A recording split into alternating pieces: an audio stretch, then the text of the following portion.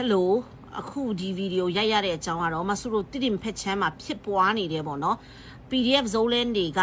ရွာတွေတရွာတက်ဆင်းသွားပြီးတော့လူငယ်တွေကိုစစ်သားဖြစ် PDF တပ်သားဖြစ်မတော်မတရားအသင်းအဓမ္မဖမ်းဆီးနေတဲ့အကြောင်းလေးကိုမဆုဒီကနေ sharing လုပ်ချင်တာဖြစ်ပါတယ်အခုလောလောဆယ်ဆိုရွာတွေမှာလူငယ်တွေအားလုံးကကြောက်လန့်ပြီးတော့ရွာထဲမှာလည်းမနေရဘူးပြေးကုန်ကြပြီတချို့မိဘတွေဆိုရင်အမေအိုတွေအဖေအိုတွေတယောက်တည်းပဲအိမ်မှာကြံခဲ့တယ်သူတို့ကဘယ်လောက်ထိပြောလဲဆိုမနေ့တော့သူတို့ရဲ့ live ကိုပြန်ပြီးတော့နားထောင်ကြည့်လို့ရပါတယ်ငါတို့ရတဲ့ဇုံမီတွေရတဲ့လူနေတယ်ဆိုတော့တဲ့လူငယ်အားလုံးကိုတဲ့ငါတို့စစ်သားဖြစ်ငါတို့ဖမ်းမယ်တဲ့ဘာဖြစ်လို့လဲဆိုယောက်ျားလေးပဲအမျိုးသားတွေပဲဆိုမလိုက်လို့ဆိုပြီးတော့လေအမျိုးသမီးတွေကအစအပြိုမလေးတွေအစဖမ်းဖို့သူတို့အစီအစဉ်ရှိတယ်သူတို့ဘာဖြစ်လို့ဒီဥစ္စာကိုဒီလိုမျိုးလုပ်နေလဲဆိုတော့စဉ်းစားလို့မရဘူးကျမတို့တည်တင်ဖက်ချမ်းမှာ PDF ဇုံးလန်းကိုထောက်ခံတဲ့ဇုံမီလိုမျိုးလူမျိုးဆိုတာ100%လို့တော့လုံးဝမထင်ပါနဲ့အများဆုံးသူတို့ကိုထောက်ခံတာအများဆုံးရှိတာ30%ပေါ့အခုလူတွေကိုဖမ်းဆီးနေတဲ့အတွက်ကြောင့်မလို့လဲထောက်ခံတဲ့လူလည်းတဖြည်းဖြည်းနည်းလာပြီဒီဘက်ကခေါင်းဆောင်တချို့ကဒီလိုမျိုးတွေကိုဘာဖြစ်လို့လုတ်ခိုင်းနေတာလဲလို့မဆုလို့စဉ်းစားလို့မရဘူးဒီလိုကိစ္စတွေဖြစ်နေတဲ့အချိန်မှာတော့တော်လန်ရေး page တွေဖြစ်နေတဲ့ခေတ်သစ်မီဒီယာတွေဇလယ်တွေကကြတော့လုံးဝတ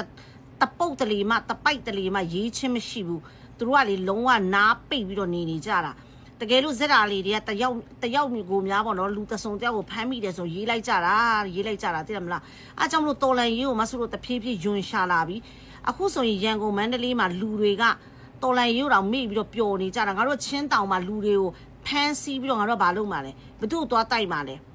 နော်တိုက်ပြီးတော့လည်းဘသူ့ကိုနိုင်မှာလဲဘသူကကိုသားသမီးကိုအဲ့လိုအစာရေးစားရှားပါနေပြီးတော့တဲ့မလားသူတို့တော့ဖမ်းအောင်မရှိတဲ့လူတွေထဲမှာဘသူကထားချင်ပါလဲနော်ဘာဖြစ်လို့ဒီလိုခက်ပြက်နေတဲ့ကာလထဲမှာဘာဖြစ်လို့ကိုအချင်းချင်းကိုမတော်မတရားဖမ်းဆီးနေကြလဲနော်ဘေးပတ်ဝန်းကျင်ကနော်လူတွေကဒါကိုကြားစီချင်လို့မဆုဗမာလိုနဲ့ဒီဗီဒီယိုရိုက်ရချင်းဖြစ်ပါတယ်ဒီဗီဒီယိုတွေ့ရင် share ပေးကြပါကျမတို့တိတင်ဖက်ချမ်းမှာ PDF ဇုံးလန် ZFU အမီခံတော်လန်ရေးအမီခံတက်တွေကလူတွေကိုမတော်မတရားဖမ်းဆီးပြီးတော့နော်စစ်သားအဖြစ်စုဆောင်းနေပါတယ်ဒါပြီးတော့ပတ်စံရှိတဲ့လူတွေကိုဆို